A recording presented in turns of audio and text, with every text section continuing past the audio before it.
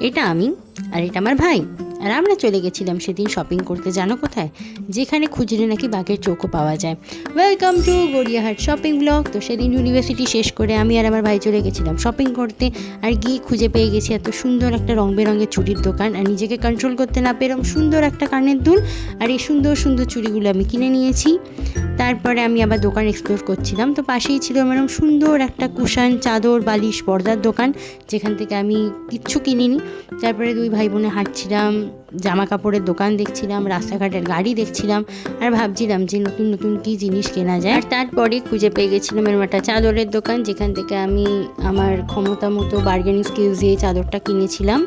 আর যে চাদরটা ঘরে পাতার পর খানিকটা এরম লাগছিল।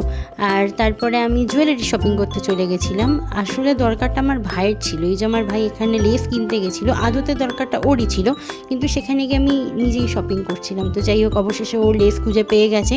ও একটা পর্দা কিনেছে, যার আমি ক্লিপটা নিতে ভুলে গেছি, বাট ও অবশেষে অনেক দোকান ঘুরে একটা পছন্দের লেসের দোকান পেয়েছিল এবং সেখান থেকে ওর পছন্দ মতো লেস কিনেছিল। তারপরে আমরা আবার গড়িয়াহাট হাঁটছিলাম। গড়িয়াহাটে গিয়ে আমি কিছু কিনি না, কিছু শুধু হেঁটে বেরোই। আগে একটা পাখার দোকান দেখতে পেয়েছিলাম, কিউট কিউট পাখা, আর এখানে খুব সুন্দর সুন্দর ক্রকারি ছিল, খুব কম দামের ছিল। আর বাড়ি ফেরার পথে দেখেছিলাম একটা সুন্দর টেডি বিয়ারের দোকান। তো তারপর যাই হোক, আমি অটোয় উঠে পড়েছি। এখানে ভূতের রাজা দিলবরের সামনে লাইন দেখে এটা আমার ভাইয়ের রিয়াকশন ছিল, খুব এপিক রিয়াকশন দিয়েছে। তারপরে ওর বাড়ি চলে গেছিলো হাঁটতে হাঁটতে। আমিও অটোতে উঠে এখন বাড়ি ফিরছি। তো যদি তোমাদের ভিডিওটা ভালো লেগে থাকে অবশ্যই লাইক করো, কমেন্ট করতে ভুলো না, চ্যানেলটাকে সাবস্ক্রাইব করতে ভুলো না।